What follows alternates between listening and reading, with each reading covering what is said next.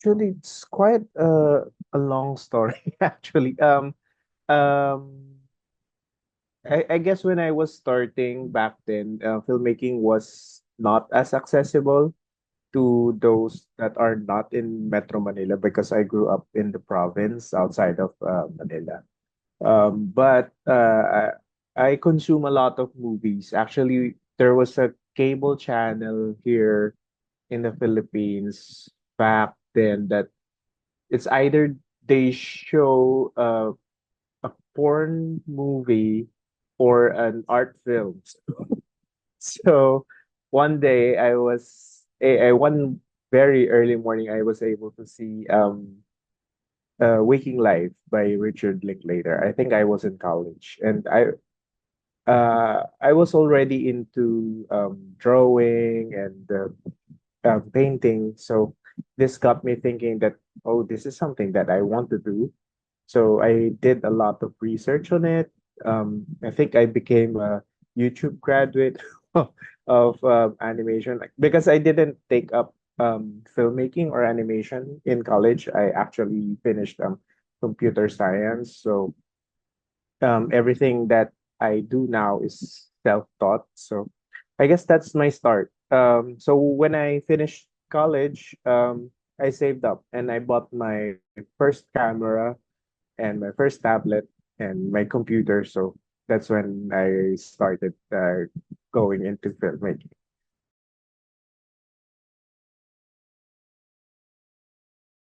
Yes, I really wanted to do animation. I was exploring lots of conventional, older styles, I guess, 2D hand-drawn animation, stop motion, and stuff like that. But most of them I did mostly DIY because, yeah, yeah, I didn't learn from academic or from any school. So whatever works for me. So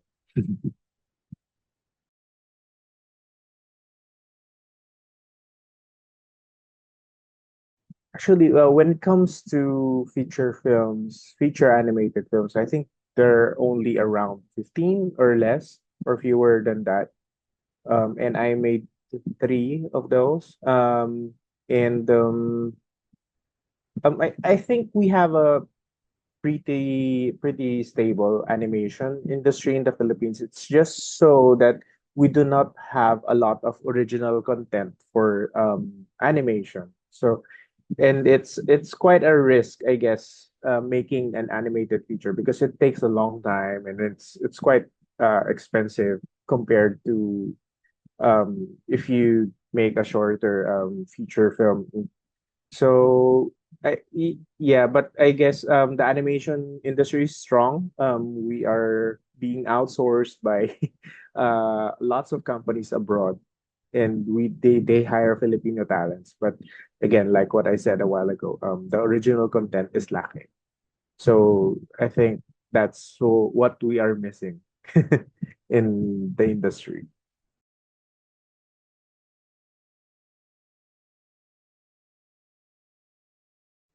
I guess what got me into it was I love making something out of nothing. I mean, literally, it's zero. You don't have any voice, or when you shoot something, it's just a basis of what you're gonna do. So I think that's what I love about it. And you can go really crazy about it. I mean, you could go really grandiose with the visuals, or you could bring people to different places that is in your head that you can't probably do it in live action unless you have a very heavy visual effects team that's gonna do it.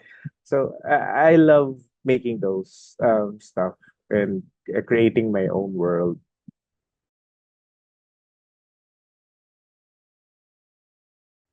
Okay.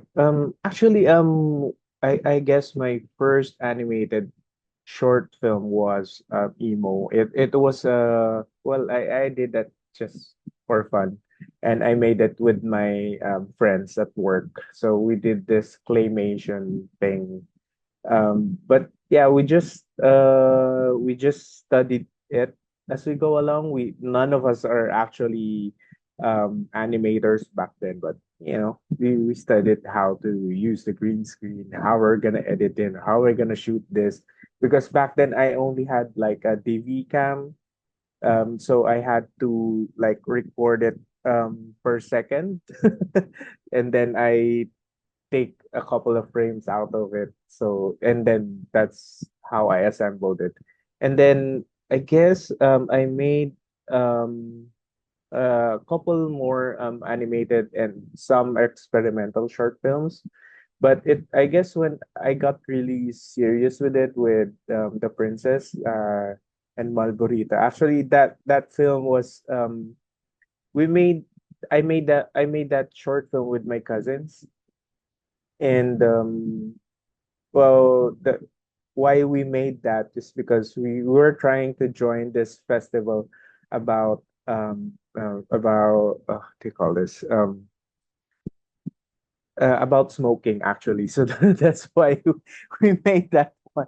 So yeah, but I showed it to some of my friends, and it got shown to other people as well. And I eventually got invited to Cine Manila International Film Fest. I think that was 2012.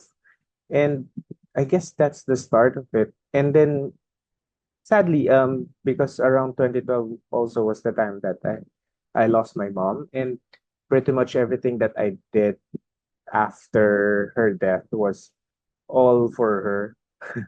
So my first animated feature film was actually Manang Biring. This is it's about a feisty old woman trying to reach Christmas so that she could meet her daughter. And that was about my mom and how she is a very strong and powerful woman. And then I made another film in 2018, another animated feature film, which is Paglisan, or The Living. This one is inspired also by the relationship of my parents and the what my grandparents were going through. So, because I remember talking to my aunt one day, and we were reminiscing about our grandmother, and she was, you know, um, I remember talking to her, and she was, vaguely remembering me, and I wanted to put myself in those shoes, in her shoes, trying to feel what it feels like to lose your memory. So that's why I made Paglisan, or The Living, which is an animated feature film, which is actually also a musical about a couple going through hard times because the woman is going through depression, and the guy is losing his memories. Actually, The Missing, we started it. I wrote it way back, 2018, 2019. Um, it was inspired by personal stuff. I mean, with my previous films, usually I put myself in others people's shoes, but this time I wanted to make something for myself. Um, and so that is why I wrote The Missing, back in 2018 or 2019. Then the pandemic happened. And that film, actually, The Missing, took a lot of variations. I wrote a version of it that's actually a series, a mini series, an 8 episode mini series. Crazy. And then actually we got I was surprised I that we got in Cinemalaya, which is a local independent film festival here in the Philippines.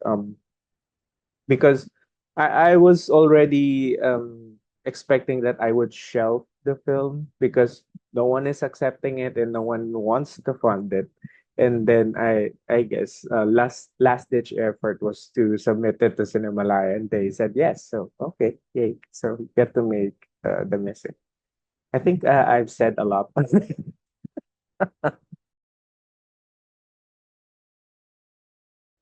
Okay. Like what I said a while ago. Usually, when I write films or when I make films, or write stories, usually it's me trying to get into other people's shoes. But this time, it's mine that I'm putting on. Um, Actually, back I think it's 2018, 2019. People were people are in our social group were saying condolence to this one person that seemed quite familiar to me.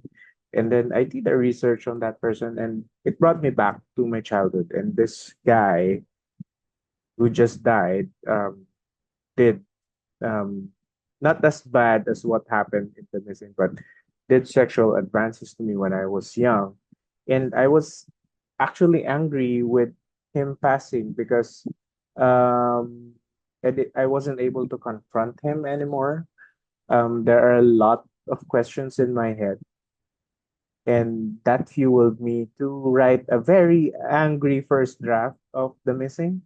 But I guess I mean sitting through it and rereading and rewriting the story of The Missing, um it came to me that I do not want to hurt the people that have gone through the same thing. So I pivoted the story to make it more like a hug to the people who are going to see it. So yeah, so that's why I came up with The Missing, and how I I created a more, I guess, a more hopeful vibe to it. I mean, even if it's quite dark and some things are, quite adult for an animated film, but I wanted this to, to spark conversation and to possibly reach out to those who have gone through the same thing, with the hopes of possibly encouraging them to speak out as well. No, actually, taboo in the sense of when you in the film industry, I guess it's not because there are already lots of films about it. But if you talk about it in a familial set, or you talk about it in with your relatives, sometimes it gets glossed over. Um, Actually, with the numbers, I guess, with the victims, I mean, there are studies that there are possibly more victims that are not reported compared to those that are reported. So I guess in a way, in the society, it's still taboo because people are still scared, or there's a stigma behind it about speaking out about what happened to you, because sometimes um when you speak about what happened, you're gonna get the blame. People are gonna say, "Oh, because you're a weak person," or because you had it coming, because you were dressing up sexy and stuff. This victim blaming shit. So yeah, in a way, it's taboo, but in the film, I guess I'm quite impressed that a lot more filmmakers are talking about darker themes. Actually, when I wrote it down, I knew from the get-go that it was going to be half rotoscope animation and half 2D animation, because I want animation styles that would complement the journey of the protagonist is. So um, with rotoscoping, you are actually there's a sense of confusion, and you question whether things are real or not, and that is what Eric is going through as well, with the alien and the flashbacks, and he's questioning and whether these things happened, or the alien is real or not. So I think rotoscoping brings that sort of feeling of confusion. And as with the 2D animation uh, that we use for the flashbacks, I wanted it to be more like it was drawn by a kid, because I wanted to evoke nostalgia, and at the same time, I wanted to evoke that this is a memory of someone, or this memory is stuck in childhood. So yeah, we use that kind of animation to evoke that feeling. So that was, even in the script that was written, that it's gonna look like this. It's that though these two sequences are different from each other, it's gonna look like this one is more realistic, but there's a sort of actually both styles. There's a layer of dissociation with it, because it's sort of covering darker themes, I guess.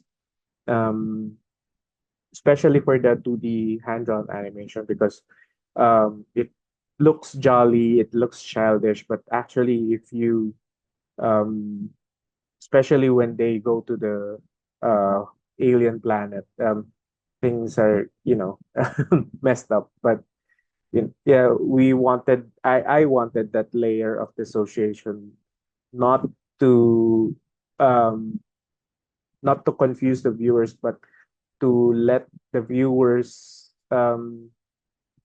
experience what it's like to cover up your memories, because uh, they're horrible and you don't want to remember them, and you probably want to replace them with something that is more acceptable to you.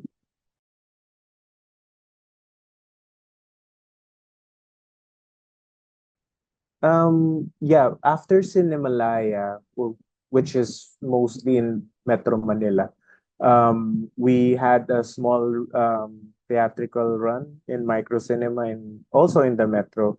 But we have planned, from the get-go, we have planned to sell it to streaming services. So in the Philippines, it's already accessible in Netflix.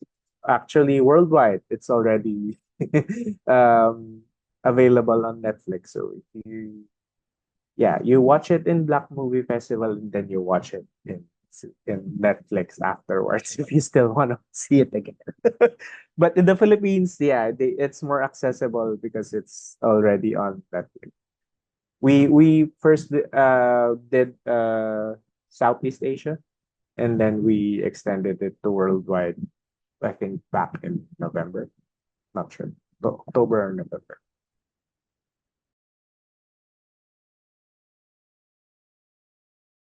To have it released, I guess it's still a risk in the Philippines. Actually, there are only a few, I guess, producers who would risk producing an animated feature film, because it takes a long time to finish, and takes a lot of people to make it, and you work on it for hours, and then when you play it, it's only 5 seconds. So uh yeah, there are lots of hindrances, but I guess we are getting there, I guess, because more producers are, or more distributors are reaching out and asking for, newer projects. And I hope that also the filmmakers would also make original content for Filipino feature films, not just short films. I think if you could actually see the short films that are done by the students and done by the animators here in the Philippines, that are really good. Um, it's just that compared to live action, we we don't have that a lot of avenue for us, for our films to be shown. But yeah, small steps, we're getting there. I mean, there are more filmmakers other than myself who are trying to cater to serve the Filipino audience with original Filipino animated features or short films.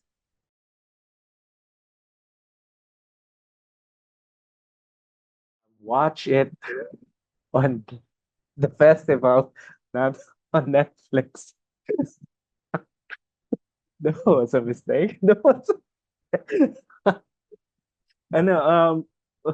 Well, I hope you get to see it, and if you want to talk to me about it, then yeah, please do. I'm on Instagram, but I don't know my handle ID. But yeah, reach out.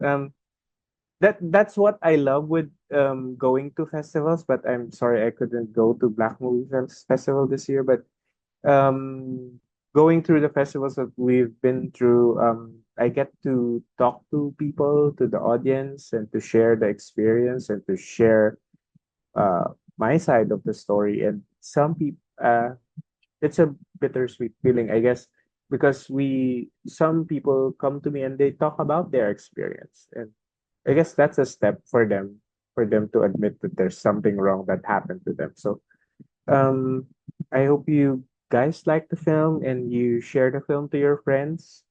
I don't know how many screenings we have on Black Movie Festival, but yeah, please do watch it. And if you want to talk to me about it, then you can reach me through my socials.